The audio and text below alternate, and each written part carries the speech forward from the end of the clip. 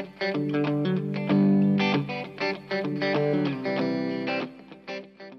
is Moments That Matter. We named this podcast Moments That Matter because we want to look at those moments that come along time to time in our lives that have long-term consequences, and especially for the choice of vocation. Parker Palmer has written a book called Let Your Life Speak, Listening for the Voice of Vocation. And in it, he talks about the Quaker tradition of a clearness committee. And this is where older and wiser people would be gathered around someone making a life decision, and they would ask that person about their decision and try to clarify kind of the direction the person should be taking. We don't, unfortunately, have clearness committees necessarily for our life decisions, but we have something that we're calling clearness committee moments that come along, and if we are paying attention to them, they will provide direction to us. So with that in mind, we hope that this podcast will provide some clarity perhaps for our listeners in terms of decisions that need to be made in their own lives, and even those from the past that have been made and why they were made. So our guest today is author Stephanie Derrick, and Stephanie is joining us by Zoom. Stephanie has a PhD in history from Stirling University in Scotland. She's the author of a new book called The Fame of C.S. Lewis, having to do with the difference in reception, popular reception of C.S. Lewis between Britain and America. She's also working on two books having to do with the Christian publishing industry, and we'll get into that a little bit later. I first met Stephanie because her dissertation research was actually the focus of a Christianity Today article in December 2017. And I was so interested in the dissertation on C.S. Lewis and his reception that I wrote away to the Stirling University and asked for a copy of the dissertation, and lo and behold, who answers but Stephanie herself. And so she was kind enough to note that I was from South Carolina. She has a South Carolina connection, which we'll get into. And so we discovered that we have some mutual interests. She knows people here where we are located, and so we invited her to come for a book talk, and she came, and we had a delightful time together, and that was about a year ago. So we're reconnecting with Stephanie, and we want to talk just a little bit about your life, Stephanie, about some of these moments that have come along that have helped you, and maybe, who knows, hindered you in deciding which direction that you were going to go with your life. So thanks for joining us. Happy to be here. So tell us a little bit about your growing up and where you went to college. Okay, well, I grew up in Jackson, Mississippi, and I decided to go to the University of South Carolina because I wanted to study religious studies, and there wasn't a college or university in Mississippi that really had the variety of kind of coursework that I wanted. So I jumped in my old Volvo and drove to South Carolina, and I attended the University of South Carolina for my undergrad with a religious studies undergrad degree. Okay. Wow. You have two masters and a PhD. Were you always so academically inclined? No, I was not.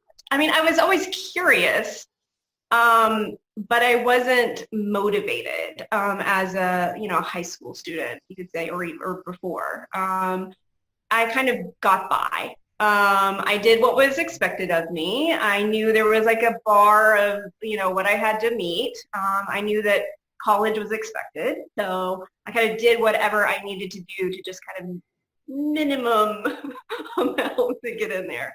And I had like interest. I had, I loved like my literature classes, the English classes. But beyond that, I didn't have any reason to care. I wasn't motivated. I wasn't like, and my friends were, they were all planning either, their college programs, and they were looking ahead, and they were doing great on their tests and all this. I was interested in having a good time. I was interested in riding my horse. I had a boyfriend, so no, I was not. I didn't have, when I was young, something that inspired me, despite all the best efforts of teachers. Mhm. It took a while. We'll talk in particular about the PhD, but what are your two masters in? I have a master's in church history and a master's in religion. Okay. And so I guess one could imagine that dovetailing with your undergraduate studies. It did. So I had like this vague, I went to Germany because I didn't know what I was going to do for college. And I went to Germany for a couple of months right after high school. And that was pivotal because it got me out of America, got me into Bavaria, trying to understand like what is Catholic Bavarian Christianity, what is this other culture. It kind of shook me awake a bit. And so I came back and I was like, okay, right. I want to study religion and I want to study everything I don't know about. I know a lot about Christianity. Let me get out of my bubble and try to get some handle on the wider world. So I took courses as an undergrad on anything and everything that I could besides Christianity. Buddhism, Southeast Asia, as much as I could. And then when I did my master's, I started taking courses in the history of religion and the history of Christianity. And that was kind of the key for helping me understand the world. I started to think as a historian then, because I got to take courses from a lot of amazing professors, a lot of them at Gordon Conwell, a lot of them at Harvard Divinity School, because there's a consortium that allowed me to take classes in the Boston area.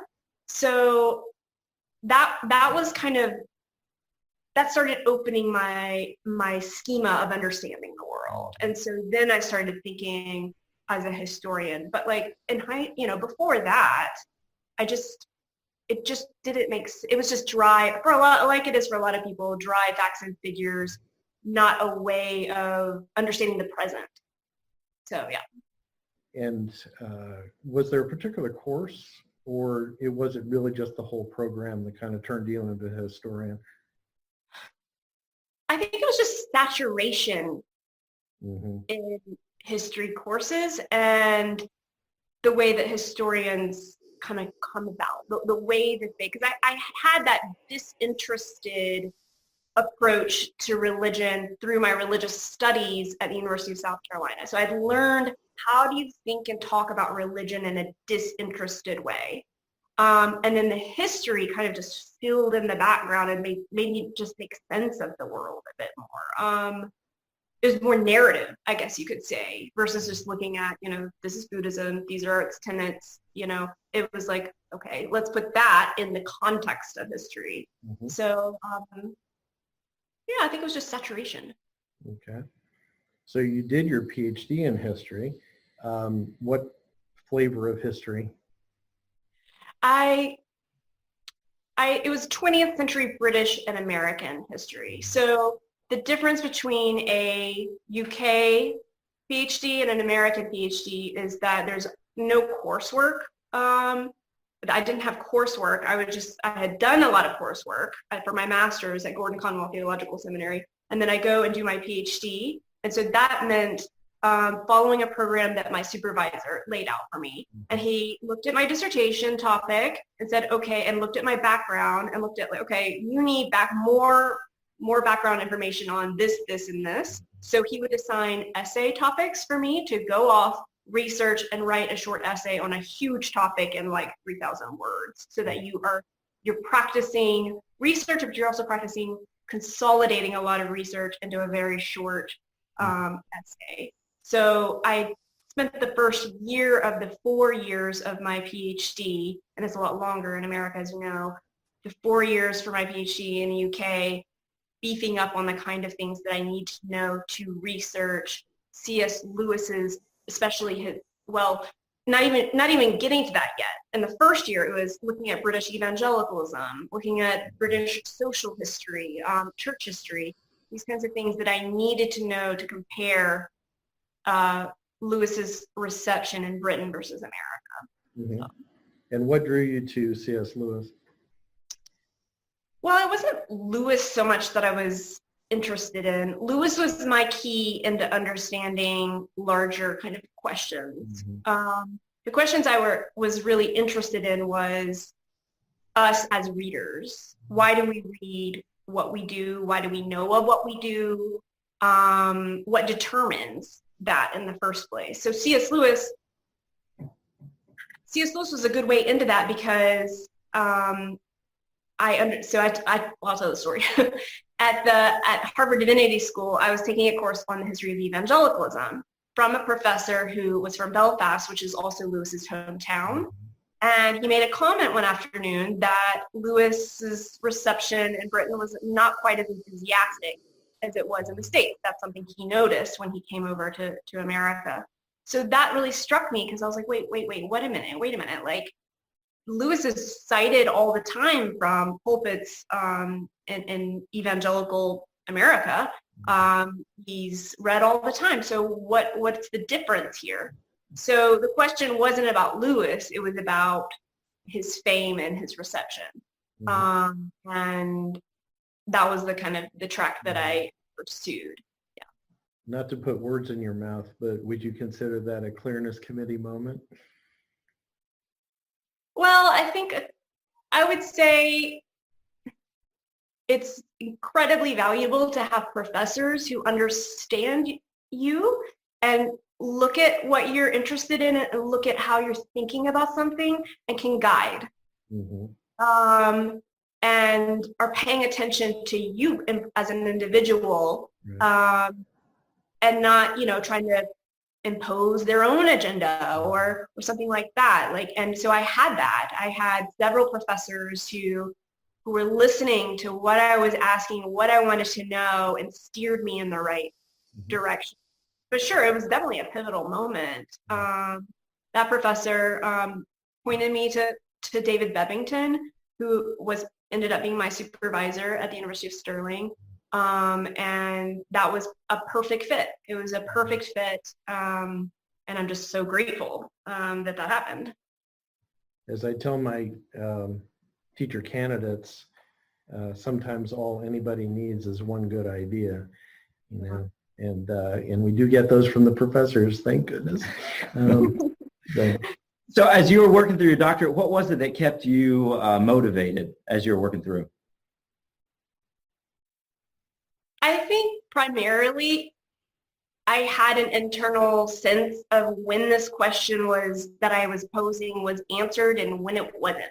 And it wasn't until it was, you just keep going until you're like, there might be something else to this, or I haven't looked at that, or it's your professor saying, have you looked at that? You haven't looked at that yet, so I think to do a PhD, you have to be driven by a question that you need answered. So that was the main thing. It also helped that it was gray and rainy and that there were things I wanted to do outside in Scotland.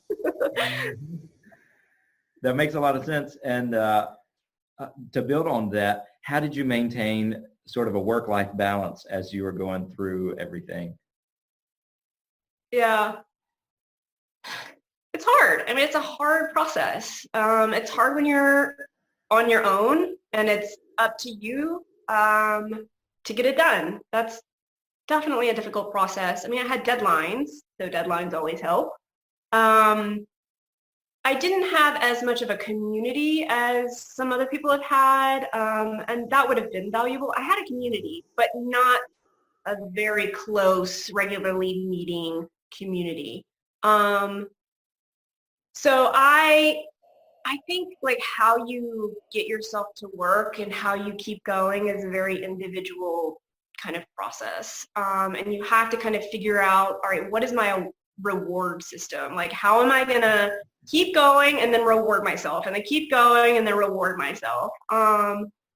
my way of doing that was there was a spa. There was like a gym spa in a hotel in Edinburgh, and they had a student discount. So I got a membership to this place, and I would go and I would sit in this little lobby area and just work on my laptop as much as until I couldn't work anymore, until my concentration was spent. And then my reward was the jacuzzi. But that's important. It sounds, silly maybe, but you need to know there's going to be a break. There's going to be an end. You're gonna have a reward. And in my case, I love being warm. That's why I live in LA. So the jacuzzi, you get to the jacuzzi and then reward myself.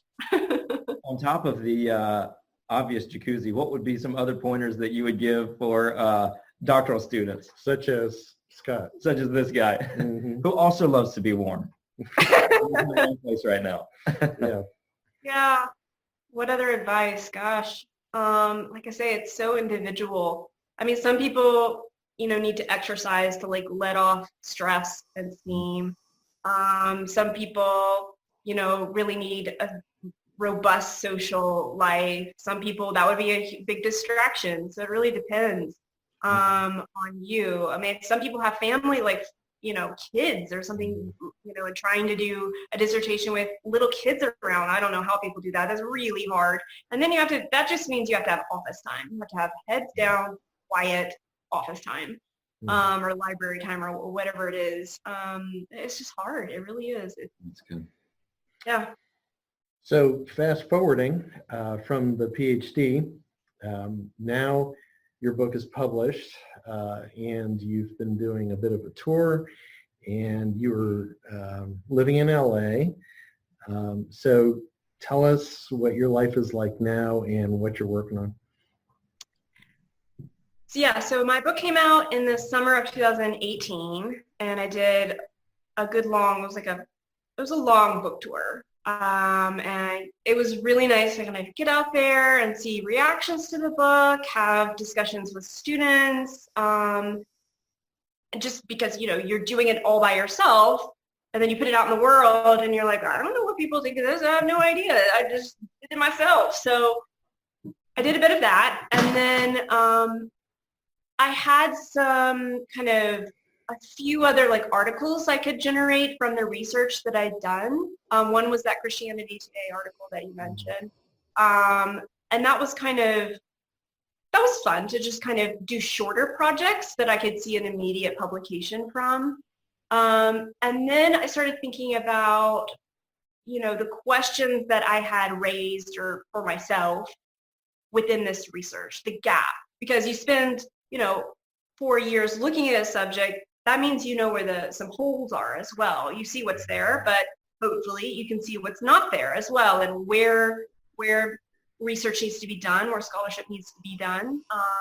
And so in my case, I'd realized through my research that Lewis's publishing history was an important part of why he was famous and why we still read him.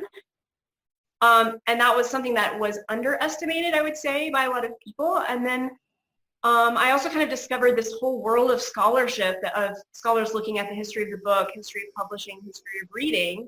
And yet most of that kind of energy has not been applied to Christian publishing. So that was a gap that I saw. And so my kind of next question, it was kind of almost a morbid one. It was like, okay, well, there's I tend to run morbid. So anyway, there's all of these people who have worked in Christian publishing, and it's changed so much since the 60s to today. And if we don't have a record, if these publishers themselves don't write it down, it's going to be lost, because that generation will pass, and if they didn't write it down, we won't have it. That's just thinking like a historian. You think in the future terms of what are the records that we have now or don't have. So that's what inspired my current work, which is a multi-author volume on the history of Christian publishing, and it's publishers themselves writing essays about their own publishing houses and what they've seen and what the changes that they've seen and the implications of that. And to me, it's kind of the same question as the Lewis book, because it's, why do we read what we read? How do these books get on my shelf? Why these books and not other books? And it's just their area that not a lot has been done in terms of Christian publishing. So it's kind of it's a service, I hope, to offer. Okay, and if I could also ask a technical question, speaking of publishing, probably those that are listening are writers, would want to be writers, and a question that comes up sometimes is, how do these opportunities present themselves, for being published? And in particular, I'm interested in how the opportunity for Christianity Today presented itself. Well, I pursued it. Okay. It does take, that's the nature of publishing today. Publishers themselves are saturated with all kinds of proposals. And so you have to make your work stand out to them, and that's on you. And sadly, that's also true for, marketing your work. It often falls to the author now, whereas in past times, a publisher would take on the marketing responsibility or a lot of the editing responsibility. That bit has been cut down because publishers are squeezed so badly. So as far as the Christianity Today article went, I knew I had a newsworthy story that they would be interested in, and so I contacted them and pitched the article. So it's not like you're going to have publishers knocking on your door. You're just not, unless you have some. If your dad is famous. I don't know how that happens. I don't know what that looks like. But in normal kind of scholarship or authorship, you have to pursue it, and you have to expect that you're going to get a ton of no's. You're going to get a lot of no's, and you're just going to have to keep banging on the door. In this article, I know what you're talking about, but probably others don't know. What basically was it about? Yeah, so when I was doing my PhD, I was, besides sitting at the spa, I was also most of my time was at the library, actually, and that was at the National Library of Scotland. And I made it a habit when I was there to just kind of pull down books and look for references to C.S. Lewis, because that was my material. And I was doing this one day, and I pulled down this book. It was an index to the Strand magazine, and I just checked, not expecting anything, checked in the index for Lewis C.S. And sure enough, Lewis C.S. had 2 entries. And because I knew the bibliography of Lewis very well, I knew that these were not known of works, right? So my heart started racing, and then I'm like, oh my gosh, this is new Lewis work, things that people don't know about. And so I got these, I actually have a copy of these. I pulled this out for you. Ooh, nice. Wow. Thanks. Yeah, Strand. It was a very well-known magazine, British magazine publication. Sherlock Holmes was published in the Strand. And it never exists, right? Yeah, it was defunct as of, I think, early 60s. Yeah, its heyday was the 1890s, early 20th century. So I found that Lewis had published 2 articles in there, or at least one, because the other one was under a pseudonym. And so I got to read these, and discover them, and so I published about that finding in Christianity Today. And just recently, in the Journal of Inkling Studies, I published a second article about the article in this magazine that Lewis wrote under a pseudonym, or is he the author? That's the question of that I posed for the article, Journal of Inkling. So yeah. And in your book tour, I know you talked to some Lewis files. In fact, you talked to the C.S. Lewis Society at some point, I think. So what was their reception of the idea that he had published under a pseudonym? I haven't gotten much feedback yet. I mean, that longer article just came out in October. Okay. So I didn't really hear too much. It'll be interesting to see because it is, I did speak at the New York C.S. Lewis Society and about that. And that was really fun because you listen, I first read to them the article under a pseudonym, and it's about cricket. And if you know anything about Lewis, he never wrote about sports. So I read to the New York C.S. Lewis Society this article, and they were all kind of like sitting there like, I think so. Which is my reaction too. You read this and you're like, I don't think so. It doesn't sound like Lewis. And then I made an argument, maybe it is his. And then they started like wondering, maybe it is his. And they started like debating it. Could it be his? Was there like a reference in the Narnia books that maybe alluded to this? So that was really fun. Whether or not it is his or not, I don't know. I don't think we'll ever know. But it was really fun to kind of argue for his authorship, even though it doesn't really sound like him. Awesome. And that's actually not in the book. No, none of that's in the book. Yeah. So actually, that's pretty cool. Yeah. It's a whole separate, kind of pursuit, which is, and I found it fascinating when I read the Christianity Today article, which is down, and your dissertation. And we'll be checking in. I will definitely be checking in with you and kind of see what the next thing is, and then the next thing, and Sounds great. And thank you, by the way, in your email for asking what I was doing too, because not many people do that. So you're very kind, as well as being a published author. So that's pretty awesome. So thanks, and we hope that you, the listener, enjoyed this and understood that these moments, it could be a professor saying something in your ear, and then it's just like gets your attention, but it also actually might take a lot of work, and that happens as well. So thanks for joining us today.